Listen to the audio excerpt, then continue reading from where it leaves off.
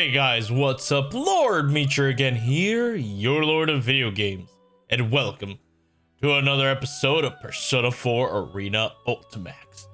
In the last episode, we completely cleared Labrys's side of the story, so now we are able to continue from the to be continued. So, what we are going to do, apparently to unlock the last character, I have to complete one P4 character story, one P3 character story, and then I can play the last one, which it doesn't tell me, so we shall see. I have a feeling I think I know who it is of all the people we've fought. I think. So we are gonna see that. I mean, it could be, no, it could be the same. Anyway, we are gonna continue on for you. And then after we complete you, we're gonna go with Mitsuru and then play the final one. And that should be the end of it. And people told me that, well, people didn't tell me, but the internet told me that this is Arena Ultimax. This is not P4. This is Arena Ultimax. And I thought it was, you know, random. I thought it was just a recap of Persona 4. But I looked it up. I'm like, is there a specific timeline? And then I'm like, what is episode P4? And it's like, oh, that's the story for Persona Arena Ultimax. I'm like, ah, I see. But everybody did tell me to play this because this was important. Because this, they apparently referenced. Anyway, without further ado, let's get on to Yu Narukami's story. Continue from cliffhanger, please, not from the beginning. You're lying. This isn't real. I'm not a machine. You're not me. Deny the truth of the Shadow's creation. This, the Shadow's face twist of an evil rapture. Finally, you finally said it. Now I can be myself. Oh boy, here we go. We get into a cutscene immediately. Oh my god, that's creepy. Yes, the power.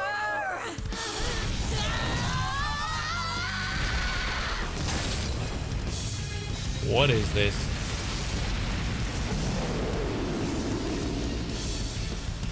Oh, that's a persona. The Shadow has a persona?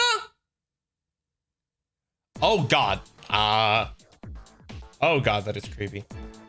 I'd hoped I could save her before it got to this point. That might have been an impossible way. And difficult enough to confront the truth, in her case, accompanied by revealing the true form she'd been so desperate to hide. Phantom Thieves, I can finally hear you. Sorry, I felt like someone was talking to me, but I couldn't be sure. It was very fuzzy and unclear. That's Rize's power that helps me communicate with you guys in this world due to interference. Figured. Thank you guys for being there for me. Couldn't hear you guys, but I could feel someone was there accompanying me. Thank you. She's a machine and she was forced to perform painful acts that most likely no one could ever comprehend. The truth she was avoiding wasn't just part of her personality, but her actual body itself. Can't imagine the shock she's experiencing. But now that her reality she built for herself had crumbled, I'm gonna help. She may be a machine, but she has a heart. Labrys has denied her past, though she was forced to fight and kill her friends, and her pain comes out in a long, echoing scream. What has to be done to a heart to cause such terrible screams? There's only one thing we can do.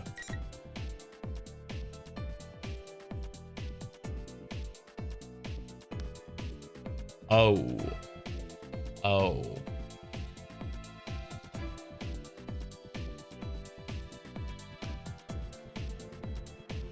We'll accept who you truly are. Place a bookmark? Sure. I am so scared. Because these two branch out to different things, I believe, obviously.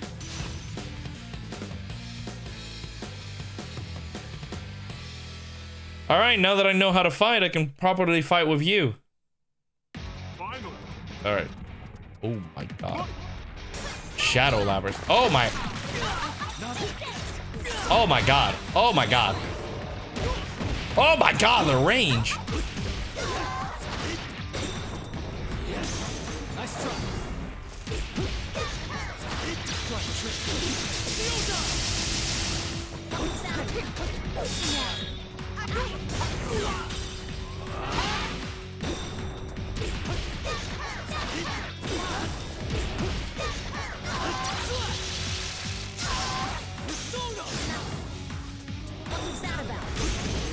There we go.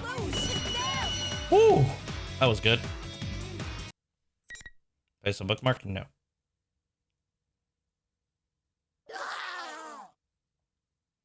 Power that Labrys' shadow had gathered dissipates. It's over. And thus less for Labrys to accept the darkness within her. But will she truly be able to do it? Turn around, but Labrys hasn't moved a muscle. She had been avoiding wanting to watch the battle just now as well. What more can I do for her? Labrys. And when I called to her, There they are! Yukon! Labrys! Sister, Narukami-san. she and Aiga-san, not just them. Yukiko and Yosuke are behind them. There are even more surprises. Man, as soon as that invisible wall thing disappeared, I knew you did it. We ran into Aiga-san along the way. She told us about Labrys and everything. A little late, wasn't it? If someone told me what was going on from the start, I would have... You fell into the TV when you were half asleep. For crying out loud, you really know how to blow it when it counts. Says you, Teddy. Hey, what'd you go and tell them for? I don't think this is the time for that. Huh? Naoto? Yeah, we were surprised too. The job she was on turned out to be related to all this. Kanji, who had been missing before we went inside the TV, and the real Teddy are here. There's even Naoto, who wasn't supposed to have been able to come to Inaba. So the whole investigation team's been brought back together, and I didn't know it. Everyone says that Rize had told them pretty much what had been going on. Their smiles are encouraging. I'm trying to speak to Labrys, who had been silent all this time. These are my friends. We've all faced our weaknesses at one time or another. Labrys finally responds. Your weaknesses. You've all faced your shadows? Everyone gathers around Labrys. Labrys tries to shrink away nervously, but Rize is behind her and won't let her retreat. Sheesh, enough doom and gloom. If you don't hurry and accept her, she'll get all lonely. But I'm a weapon who didn't want to fight. And I dragged you all into this. It's fine. You're still hung up on that? It's over already, dummy. Your jumping skills were amazing, but you're surprisingly sensitive, aren't you? What does that have to do with her jumping skills? You're really cute, Labby-chan. You're so meta-luring. Teddy, stop. Are you all listening to me? Labrys needs to face her shadow now, and This is going well at first, but now everyone's talking about different things, and we're completely off topic. Of course, that's not unusual with all of us. I have to laugh and apologize to Labrys that things didn't quite wrap up as I'd hoped. Labrys looks back at me with a blank expression. Can't tell... Can she tell we're not treating her any differently? Turn towards Aiga-san and she meets my gaze. She nods silently, then stands before Labrys. She seems slightly nervous. Nice to meet you, Labrys. Or rather, sister. I am Aegis, the 7th generation anti-shadow suppression weapon. I am your successor. Labrys jerks up and looks at Aiga-san. The same instant, Yukiko gasps in surprise. What? Excuse me, but you're... I mean, are you also... Yes. I, too, am a robot. Can you not tell? It just occurred to you now? Aren't you with her all this time, Yukiko? How did you not notice something like that? Ah, that is so like you. Once again, everyone looks to her Aiga-san and Labrys, the non-human sisters. Now that I see them standing together, there's something like a family resemblance. Maybe I've been wrong all this time. Labra-san is Aiga-san's older sister, then should I be calling her Labra-san? I guess that doesn't matter. My mission to retrieve you has brought me here. My colleagues are waiting for you. Are they gonna lock me up again? Well, considering all I did, of course they will. Labra's expression darkens. I haven't thought about it, but if Labra and Aiga-san are treated as weapons, I'm surprised that there would be measures to keep them in check. But Labra shouldn't have to just accept it. If she truly is going to be locked up, I make my mind up and wait for what Aiga-san has to say next, but she smiles. We can discuss that later. Right now, there is an important task you must carry out. I gotta do this, huh? Aiga-san quietly points at the shadow that has remained still while we've been talking. Labrish looks at the shadow and then turns away and casts her gaze down at the ground again. I see. So now I'm going to have to act. It's okay. We're all right here with you. I indicate my friends that have gathered around her. I've been forced to fight against my friends just as Labrat had in the past.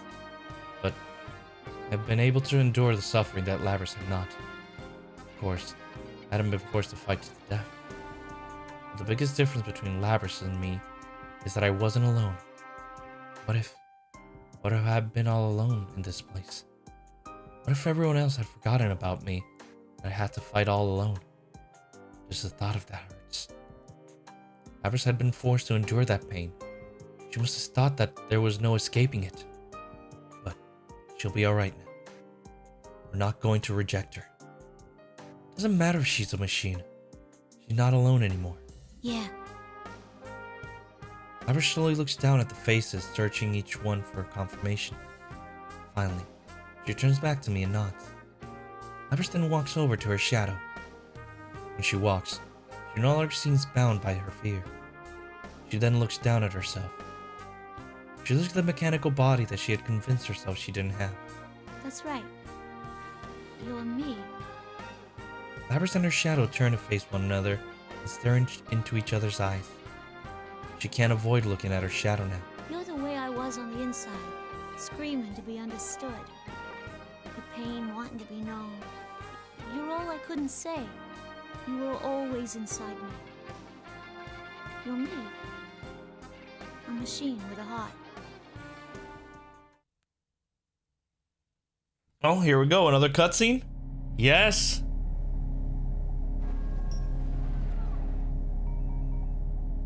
I'm sorry I ignored you all this time. I was the one who left you all alone.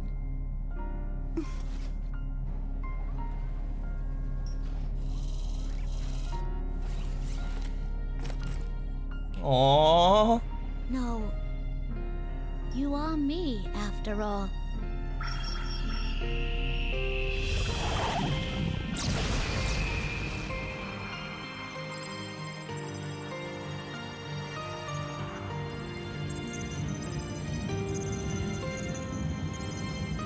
Full Persona awakening.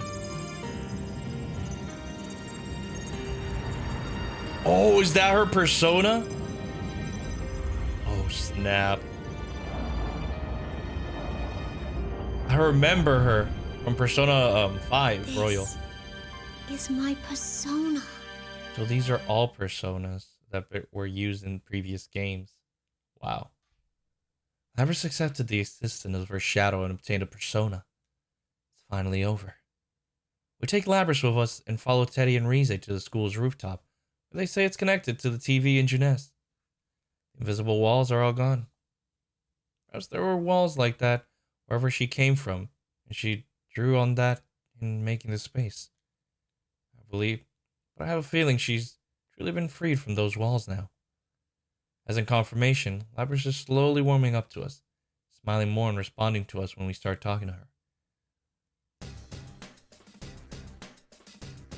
When we reach the rooftop, we're surprised to see that the TV world has regained the studio-like appearance that we're accustomed to. However, there are two unfamiliar faces waiting for us. Mitsuru-san, Akihiko-san. These people have overwhelmingly intense presences, but thankfully they don't seem to be enemies. The moment we see them, we tense up after Aiga-san calls out in recognition. We learn that they are her friends. I'm Mitsuru Kirijo, Labrys's handler. Bodysuit like something out of a movie with a fur coat on top. A look that doesn't really work, but her name immediately reminds me of something. Kitajoh group. And if she had the same name, she must be quite an influential person in it. The research organization that developed Labrys and Aigis-san must belong to her. I'm Akihiko Sanada. Sorry for all this trouble. The man with the red cape appears to be quite comfortable with Mitsuru-san and Aigis-san. Must have been helping them fight shadows for some time. For some reason, why people on shadow extermination squads have to dress like crazy people? So, what's going to happen to Labrys now? When we fully introduce each other, Yosuke asked Mitsuru-san what I've been wondering myself. I know all of us have been worried about this, but I was waiting for a good moment to bring that up. Even Yosuke seems to have realized how out of line his question is. He shrinks back sheepishly as if regretting having asked the question. I know why Yosuke's worried, but why does he keep stepping on landmines like this? Well, he's already stepped on it. We might as well wait for the smoke to clear and see if there's any answer. Well, you deserve to know. We were thinking of sealing her away again. They were thinking? Did something change their minds? Mitsuru-san turns to Labrys.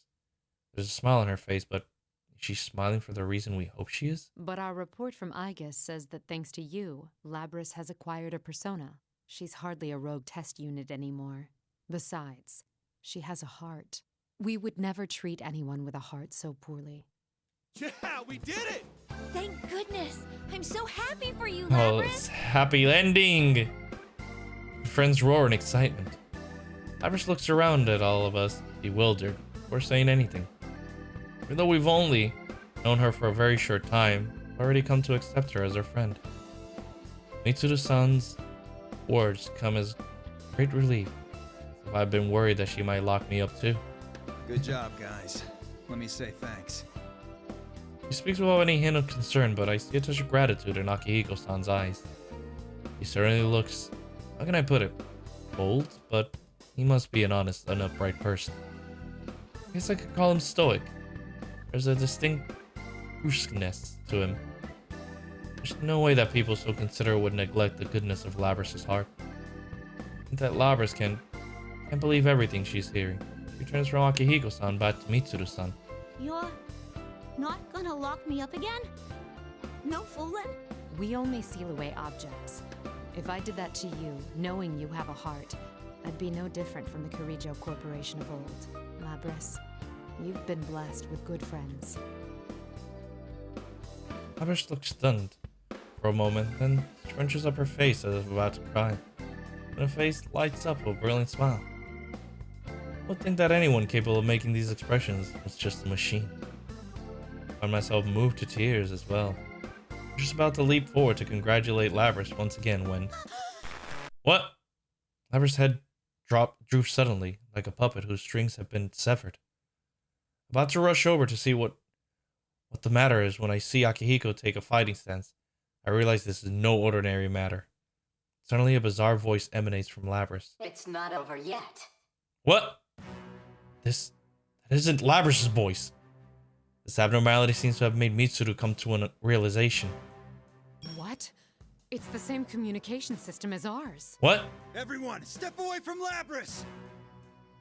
Mitsuru-san and Akihiko-san rapidly shout instructions to us. We all spread out and watch Labrys from a distance. I cannot gain access. She is being hacked. What? It isn't coming from inside this facility. The signal originates elsewhere. You mean outside the TV? Outside the TV? That's right.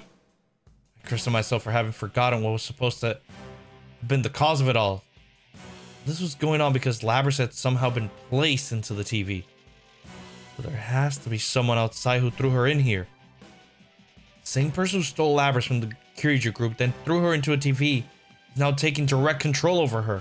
This is just a little extra resistance. Now, entertain me. A nonchalant voice fills with malice. A dazzled look in her eyes, Labrys looks up and dashes forward. She's fast. I barely dodge an accident in time. Surprised, I look up at Labrys once more. Her eyes are blank, but she wasn't looking at anything. Those eyes were one filled with the strength of responsibility and an awareness of duty. Her face had once been filled with sorrow over her painful past. She had smiled, but she had found real friendship for the first time in her life. Whoever's controlling her has stolen all these things from Labrys. Then won't let her be hurt like this anymore. Suffered enough. I won't let you hurt her. Here we go, fighting Labrys again. But now with an awakened persona, this is gonna be tougher. Oh no, Shadow Labrys with Ariadne. Oh boy. Okay, so this is a different version of Labrys fighting style, I guess.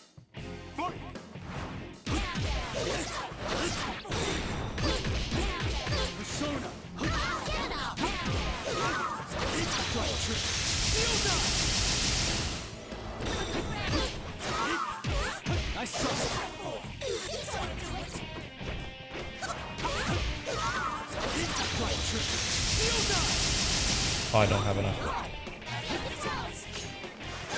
There we go. Whew, that wasn't hard. I just can't let up as soon as I start hitting. My, she was quite easily defeated. Evidently, I didn't push her far enough. Well, she is a test unit, so this is as far as my little game goes. Who is this? Labrys just stopped moving. The only sound is a smug voice that continues to come from her. Those heartless words cause anger to boil up within me. Who are you?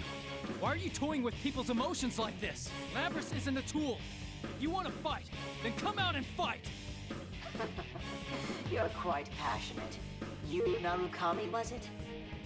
Yes. This person, whoever he is, was about me? And maybe this isn't a coincidence that we're dragged into this. This revelation shakes all of us. Labrys' shadow was only the mastermind of the tournament. I see now. You're the true culprit behind the whole thing. Indeed. It was I who stole Labrys away.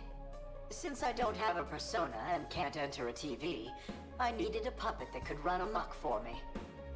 Labrys' persona was only partially awakened, so I had a feeling her shadow would appear if she underwent a little suffering. You got the better of me this time. You deserve to know at least that much. Enough is enough. I've never been so irritated knowing that I can't do anything to whoever is controlling Labrys. This time, so your scheme hasn't ended. Well then, everyone, until we meet again. Oh, so that sets off the precedence for Persona 4 Arena Ultimax for the story of that. Okay. The communication cuts off abruptly without answering me. Labrys immediately slumps to her knees. Before I can even begin to move, Aiga-san is already at Labrys' side to support her. Aiga-san looks at me and nods, confirming that Labrys is alright. Thank goodness. Labrys is okay. I feel a bit of my strength drained from me. Still, the sword in my hand feels awfully heavy. Mitsuru-san speaks up from behind me, even as I consider this. It seems whoever our adversary is, they're connected to us. I advise you not to get involved in this matter any further. From here on, you should leave this to us. Not happening. What? Wait a second. We went through this whole big thing and that's it? She's right. There's no way in hell we're backing out of this now. I understand how you feel, but this is too dangerous for you. We will do our best to ensure that no harm comes to you. Trust in us and let us work. My friends bristle at Mitsuru-san's proposal. After all, we've come this far and we already knew about the dangers. There's so much I want to say, but I can understand why they want us to stay away. Guys, I think we can trust Mitsuru-san. We should let them handle this. Friends respond with looks of shock. Of course they don't agree. But now's not the time to complicate matters. One of them should understand why I'm backing down so easily. Yosuke. Stare directly into Yosuke's eyes for a moment, hoping that he understands my intentions here. Come on, Yosuke, back me up. Yeah. We're all tired, so let's just get the heck out of here. He understood. Smooth. Yosuke. Oh well. Take a glance toward Mitsuda-san and the others to see if they picked up on this, but none of them appear to have noticed. Maybe they're just pretending not to notice. Well, in any case, it means we've been let go for now. A sigh of relief before urging everyone to the TV exit. Yeah, Yosuke would be the one who understands me most. When I return to the real world, exhaustion from the events of the day catch up to me. More tired than I expected. Then again, I have been fighting all this time. Can't be helped. Everyone else seems tired too, so we decided to go our separate days for the day. Separate ways for the day. Still, everyone is safe, Labrys included. It'll still be a while before this case is completely closed, but we can assume that disturbance has been settled for now. Or about the mastermind that had taken control of Labrys, but I need to rest from that. When I get back home, Nanako greets me with a bright smile. The moment I see that, the exhaustion of the day hits me, along with a profound sense of relief. I can't keep myself from staggering. Nanako and my uncle were worried a bit but it doesn't bother me at all.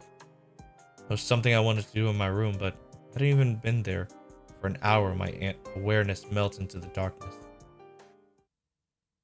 Back into the velvet room I go. Oh no, day. Wake up to my phone ringing. According to the call, we're supposed to meet up at the outskirts of the shopping district, crossroads, in front of a gas station. When I arrived, the other members of the investigation team had already shown up. Surprisingly, the one who called us was Labrys. She wanted us to come so that she could say her farewells to us. Woo, is that it? Yeah, I'm pretty sure that's it. Oh man, it's so long. What the heck kind of car is that? How does it even turn corners? Good question. A long limousine drives up to us with surprising speed. It's so long that I can't believe that it was able to handle the country roads in Inaba. I don't think I'll ever see another automobile like this in my life. The limo slows to a stop and parks behind us. Mitsuda-san climbs out of the back and seat and nods to us. Labrys and Akihiko are in the back seat as well. You're looking good, Labrys. Sorry I made you come here all of a sudden, but there was something I really wanted to tell you guys. What's up? When I look at her, Labrys smiles and looks embarrassed. She takes a moment to look around at all of us, then continues. I decided to work with Mitsuru-san. I want to catch the darn culprit. Not only that, but, you know how you guys had my back during this whole mess? Yeah. This time, I want to get yours. Really? Thank you, Labrys. We appreciate it. You go and do that. Can't help but smile at the conviction and trust in her words. Labrys has faced her weakness and accepted it. She's about to begin walking towards the goal she found on her own. That's why I don't see any reason to stop her.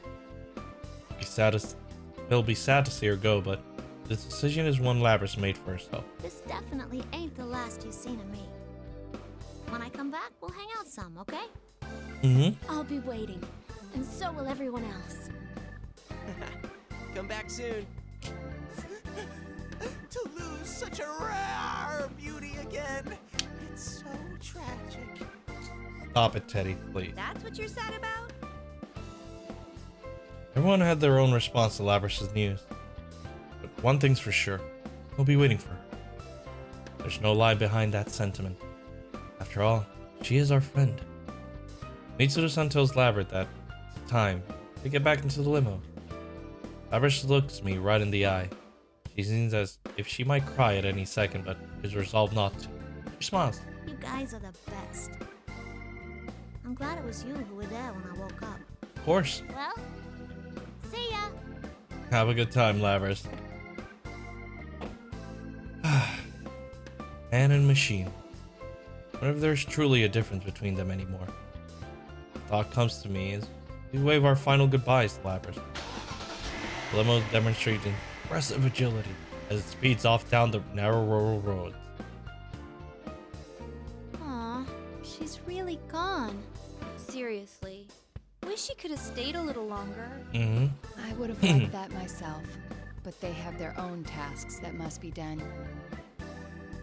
Just can I share a glance after Naoto says that? Their own task, huh? Not just theirs.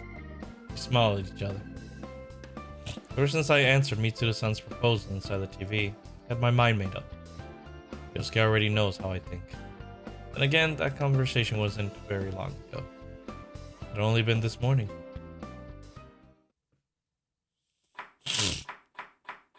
I don't know how she found my number, but after Labrys's phone call earlier, I decided to cook breakfast for Nanako and my uncle. Nanako hears me making noise in the kitchen and stands next to me, excited. I'll help too. Aw, this is so cute. I panic for a second when Nanako reaches for the other cutting board and knife. I consider stopping her and decide not to. If you're gonna use the knife, be careful, okay? Make sure you don't cut yourself. Uh-huh. I'm always careful when I cook with you. Nanako picks out the cucumber from the counter and begins slicing it diagonally. Her skills are still clumsy and unsteady. But all I do is caution her about how to hold the knife and then watch her work without intervening. She doesn't have to become a master all at once. It takes its constant progress, little by little. The same can be said for me or anybody. Even though things may hurt us, we may want to give up, we just have to keep trying as many times as it takes until we see our goals through. Instead of nothing changing, I wish to see everything changing, along with myself. Oops, sorry, Nanako. Could you put the knife down for a second? Okay. Ensure that Nanako has put the knife down before I answer my phone. I didn't have to look at the screen to know who was calling. Hello? Is this Yosuke? Like you don't know. Listen, about yesterday. I thought this was coming. Yosuke rushes on, as if irritated that we have this conversation over the phone, but managed to calm him down. It's funny that he's getting so excited over this, but I'm glad he managed to wait the whole night before calling me. Yosuke, do you remember the Moonlight Bridge? The one from our class trip? Oh? Yeah, sure. I used to be a city boy too, remember? Hey, were you checking out the Kitajoh group online? Perceptive as always, and that's my partner. When I went back to my room last night, I spent as much time as I could searching the information about the Kitajoh group online before I fell asleep.